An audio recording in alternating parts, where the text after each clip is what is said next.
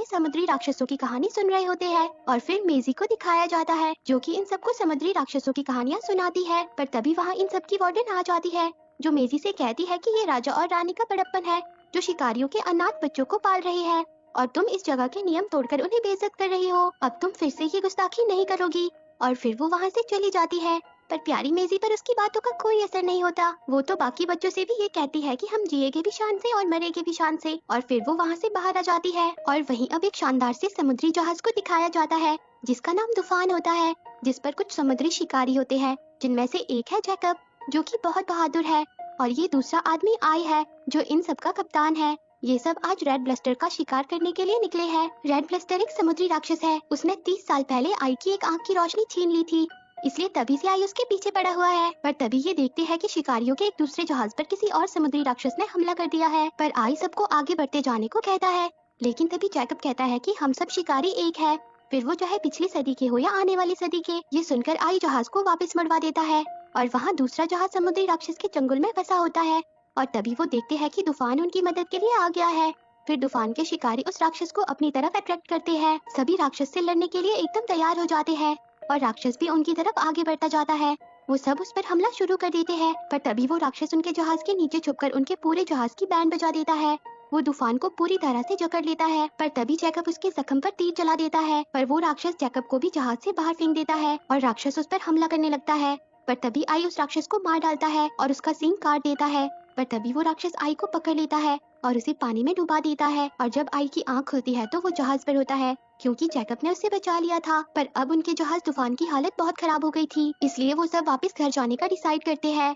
और अब आई जैकब को अपने पास बुलाता है। वो उससे कहता है कि हम सब घर जाएंगे और अपना इनाम लेंगे, जहाज को ठीक करवाएंगे और उस राक्षस के लिए वापस आएंगे और इस समुद्र से उसका वजूद मिटा देंगे। पर मुझे फिक्र है कि मेरे जाने के बाद इस तूफान का क्या होगा।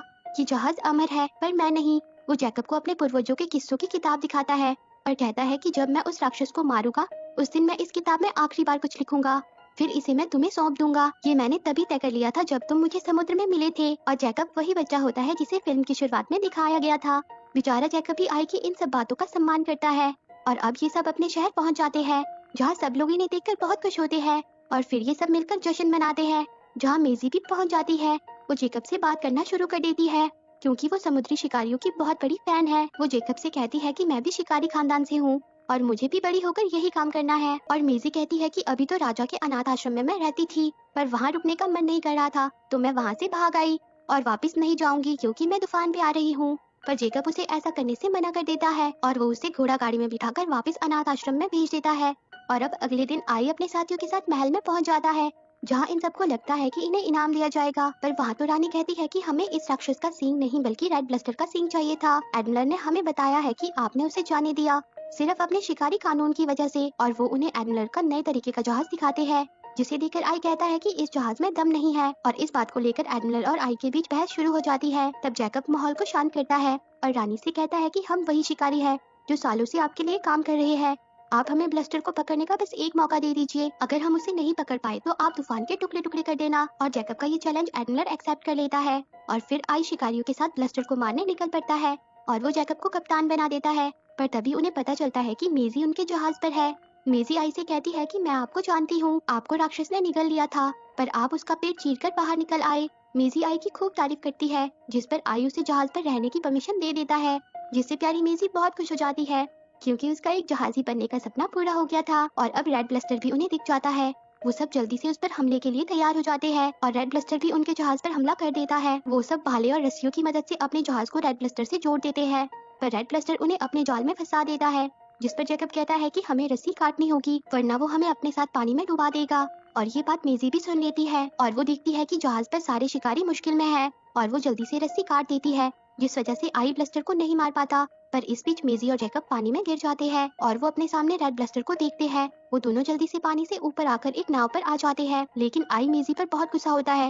वो मेजी को मार डालने की बात करता है पर तभी रेड ब्लस्टर उन दोनों को निगल लेता है और अब ये दोनों ब्लस्टर के पेट के अंदर होते हैं, वो भी जिंदा। प्यारी मेजी बहुत ही डरी हुई होती है और वो दोनों उसके नाक के पास आ जाते हैं और फिर ब्लस्टर पानी से बाहर आ जाता है जहाँ जैकब एक बार फिर से ब्लस्टर को मारने का प्लान बनाता है पर उसका प्लान उसी पर भारी पड़ जाता है और उसकी बैंड बच जाती है। पर तभी मेजी को पता चलता है कि ब्लस्टर खतरनाक नहीं है और वो जेकब को रुकने को कहती है और ब्लस्टर वहाँ से चला जाता है और मेजी और जेकब भी एक शंख के अंदर रुकते हैं, जहाँ मेजी जेकब से कहती है कि मेरी किताब में लिखा है कि समुद्री राक्षस तट तक आते थे, कोई जगह सुरक्षित नहीं थी, क्या ये बात सच है?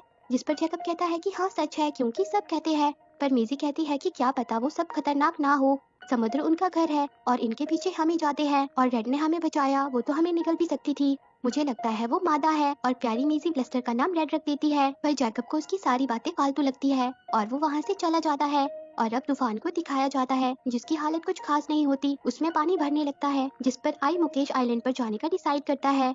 और आई बहुत गुस्से में होता है, वो कहता है कि मैं अपना बदला लेकर रहूंगा, इसके लिए मुझे चाहे समुद्र को तबाह करना पड़े। और उसे लगता है कि जैकब मर चुका है। और वहीं अब जैकब और मेजी को दिखाया जाता है, जहाँ मेजी को एक छुटकू सा क्रिएचर दिखता है, जो मेजी से डरकर भागने लगता है। पर प्यारी मेजी उसे खाना देती है और वो उसे दोस्त बना लेती है और वो उसका नाम ब्लू रखती है, पर जेकब उसे रखने से मना कर देता है और उसे वहाँ से दूर फेंक देता है।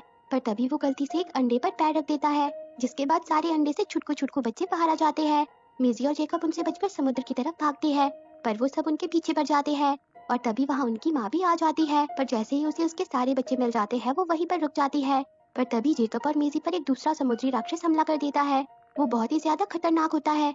पर तभी रेड वहाँ आ जाती है और वो उससे फाइट करने लगती है, पर इस बीच वो राक्षस रेड को पकड़ लेता है। तब प्यारी मेजी रेड की मदद करती है और जैकब भी उसकी मदद करता है, जिसके बाद रेड उस राक्षस की बैंड बजा देती है और मेजी को उसका छुटकू दोस्त ब्लू डूबने से बचा देता है। और अब मेजी रेड से इशारे में कहती है कि क्या तुम हमें घर की तरफ ले जा सकती हो, और प्यारी रेड मेजी की बात समझ भी जाती है। वो उन तीनों को अपनी पीठ पर बिठाकर आगे ले जाने लगती है। तो दोस्तों, यहाँ हमें ये तो पता चल जाता है कि ये समुद्री राक्षस या जीव इंसानों के दुश्मन नहीं है, पर फिर ऐसा क्या हो गया कि इंसान इनका शिकार करने लगे। चलो आगे देखते हैं। और वहीं अब आई मुकेश आइलैंड पर पहुंच जाता है, जहां वो एक जादूगरनी से मिलता है और वो उससे रेड को मारने के लिए सबसे शक्तिशाली हथियार मांगता है। और वहीं अब रेड भी मेजी और जैकब को लेकर किनारे पर पहुंच जाती है और अब जैकब भी रेड को पसंद करता है। वो उससे वादा करता है कि आज से मैं शिकार नहीं करूंगा। पर तभी रेड को वहाँ पर एडमिरल का जहाज दिखाई देता है, जिससे रेड गुस्सा हो जाती है और वो उनके जहाज के 2 टुकड़े कर देती है। पर इस बीच प्यारी मेजी घायल हो जाती है, लेकिन अब आई भी वहाँ पहुँच जाता है और वो रेड पर उस खतरनाक हथियार से हमला कर देता है, जिससे रेड बेहोश हो जाती है और जहर उसके अंदर फैलने लगता है और वो सब उसे बांध देते हैं। वहीं अब जैकब भी नाव पर बैठकर आई के पास आ जाता है, जहाँ वो मेजी का डॉक्टर से ट्रीटमेंट करवाता है और जैकब आई को समझाने की कोशिश करता है कि रेड खतरनाक नहीं है, पर आई उसकी एक भी बात नहीं सुनता। और फिर वो सब रेड को लेकर शहर में पहुंच जाते हैं और वहाँ मेजी का छुटकू दोस्त उसके पास आ जाता है और मेजी रेड को इस तरह देखकर बहुत उदास होती है। वो उसे छुड़ाने के लिए उसकी रस्सी को काटने लगती है और वो सब रेड को लेकर महल में पहुंच जाते हैं, जहाँ सब रेड को देखकर चौंक जाते हैं। और अब आई रेड को मारने ही वाला होता है कि तभी जैकब उसे रोक देता है, जिस वजह से उन दोनों के बीच लड़ाई शुरू हो जाती है और आई जैकब को पानी में फेंक देता है। पर अब रेड खुद को छुड़ा लेती है और वो तोड़फोड़ करना शुरू कर देती है। वो आई को मारने ही वाली होती है, पर तभी मेजी उसे रोक देती है और जैकब रेड के सामने अपने हथियारों को तोड़कर दोस्ती की शुरुआत करता है। और अब प्यारी रेड भी शांत हो जाती है। मेजी सबसे कहती है कि ये किताबें हमारा इतिहास सब झूठ है, ये एक कहानी है जो कि रानी और राजा ने बनाई है, यही हमें इन जानवरों के खिलाफ भड़का रहे हैं। इन्होंने हमें इन्हें मारने को कहा, इसीलिए ये जानवर हमसे नफरत करने लगे और हमें मारने लगे।